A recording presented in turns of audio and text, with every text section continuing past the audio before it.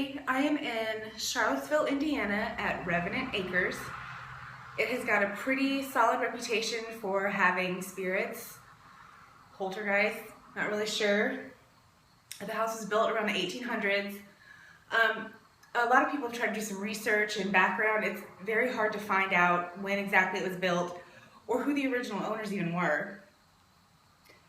But a lot of people have reported having their hair pulled, hearing voices, children laughing, banging, weird sounds. Just a lot of stuff has happened here, so I'm going to check in with you guys a little bit later in the evening, so I'm going to be here for a while and see if anything happens. Okay. And I assume it was a bedroom at some point. This is a sort of hot spot in the house where they think the angriest of the spirits likes to dwell. There have been possible possessions that have happened in this room. The people who investigate this property, they do the best they can to actually debunk some of these things to make sure that they're accurate in what they're saying. It is an old house. It does have electricity, but it does not have air conditioning, so I'm sweating balls. Sorry, guys. This is a really creepy room. So far, the whole house is creepy. Not all the rooms have working lights, so you might not be able to get a good image on that. I definitely get a weird vibe in the house. Like as soon as I stepped in, it's like electricity. It's really weird.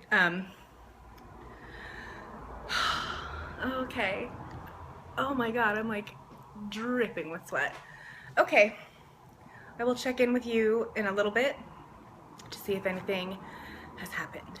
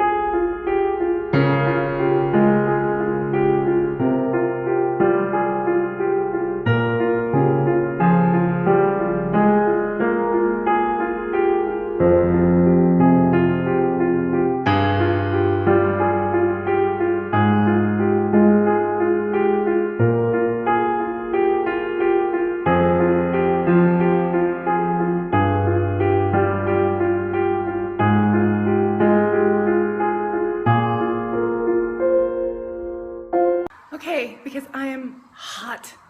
We're gonna walk around the outside of the house for a second. Okay, bye.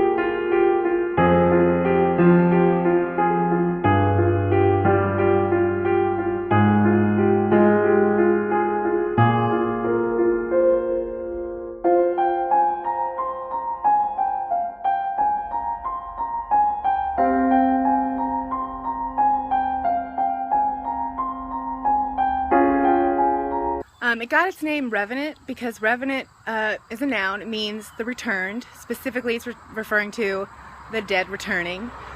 So that's how it got its name. And the people that own the property have allowed some paranormal investigators to give tours to people and allow people like me to come and really get a good feel for the house, like spend hours in it. It's really neat. You can look it up online at Revenant Acres. It's like 25 bucks.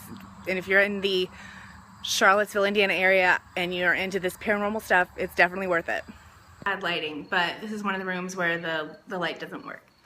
This is the room where the piano is, and I don't know if you can see it, but there's a little rocking horse in the corner. I'm secretly hoping that the rocking horse will start rocking, or that the piano will start playing.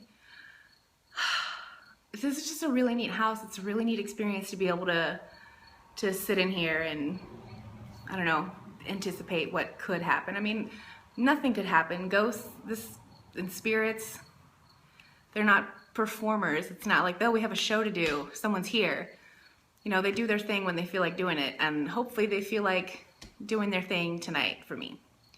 There's wind chimes hung up around the house so that if the spirits want to communicate a little bit by ringing the bells, they have that to go with.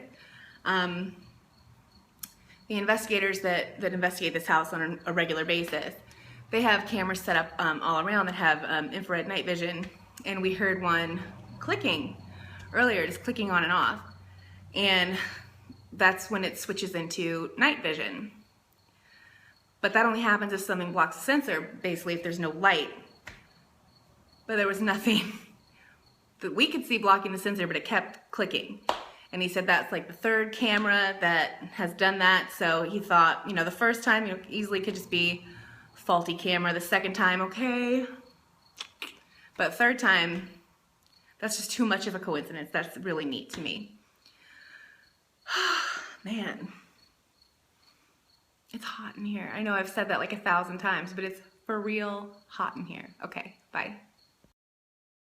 Whatever's here, but I wanted to play a little game. So I rearranged some of the chair covers to see if maybe later they'd put them somewhere else. So I'm going to show you the positions I put them in, and then later on we'll see if they moved. Oh, I also messed with the runner in the kitchen, so I'll show you what position I put that in. Okay, so I'm trying to brave the intense heat in this house for y'all and for me. I'm in the upstairs bedroom where it's supposed to be like the real hot spot in the house, and it is. I'm sweating profusely. So I played some music for my little friends to see if they would come out and play. I played a little Mozart, some Lacrimosa, then I played the Dance Macabre. It sounded like, you know, fitting. But I guess they weren't feeling it, or maybe they're just not ready to come out and play yet. This lighting's real bad, sorry, but not a lot I can do about it. Okay, I have a lot longer to go here. So far this is one of my favorite places that I've come to, just because I can really get into it and take my time with it. So far it's just been a lot of fun.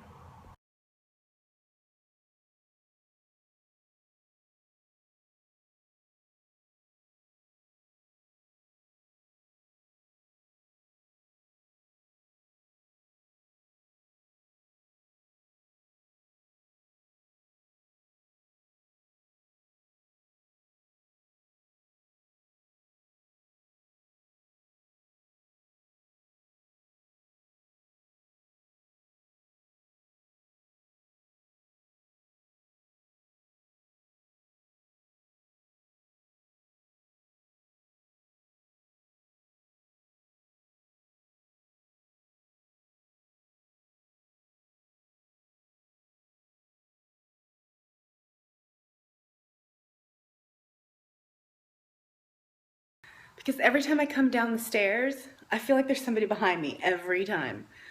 And I asked them to please don't push me down the stairs. I'm clumsy on my own, so I could probably fall all by myself. They don't have to help me. But every time, I feel like somebody's behind me.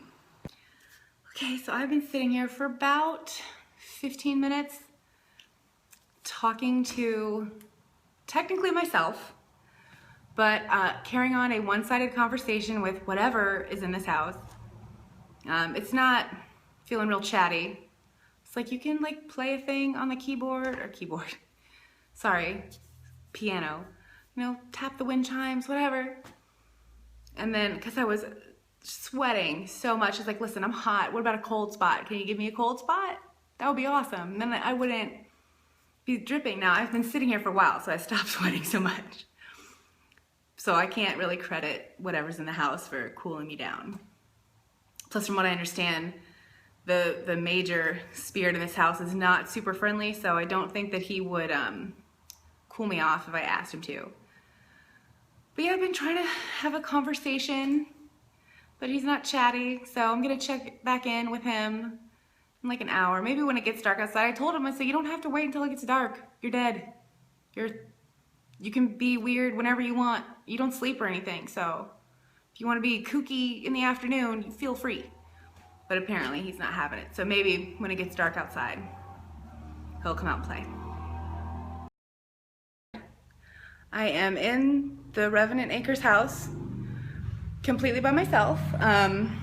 The investigator tour guy had to go run an errand.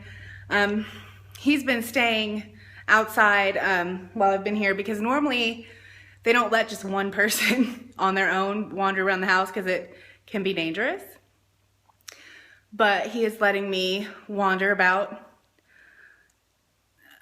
I don't know, it's a little freaky here. I'm gonna go sit in the piano room. It's like pitch black in there, so I can't really film in there. But I'll try to if something creepy happens. Thought it might like some classical music or something. I played some Skrillex for it, so I'm like, probably hasn't heard it before. And I sat down in this corner and all of a sudden felt heavy, like something was sitting on my chest, like not, I don't know how to describe it, just sinking. And I asked when I played Ave Maria for it, because I'm like, that's an old song, I'm sure it knows Ave Maria. It's like, do you like the song? If not, let me know, I'll change it. And I was just sitting listening to the song, and then I looked over onto this table and there was a penny sitting on it. A penny that wasn't there before. This house is freaking me the fuck out. Okay. I don't even know if I recorded that last part. I pushed the button, it made a little beep noise, and then I looked and it wasn't recording. Something keeps fucking with my camera. Anyway, like I said before, I'm back upstairs in the hotspot room. The stairs are super dark. I don't like going up or down them. It's 9 o'clock at night, so if there weren't lights in this house, you wouldn't be able to see a thing. It is pitch black in this area.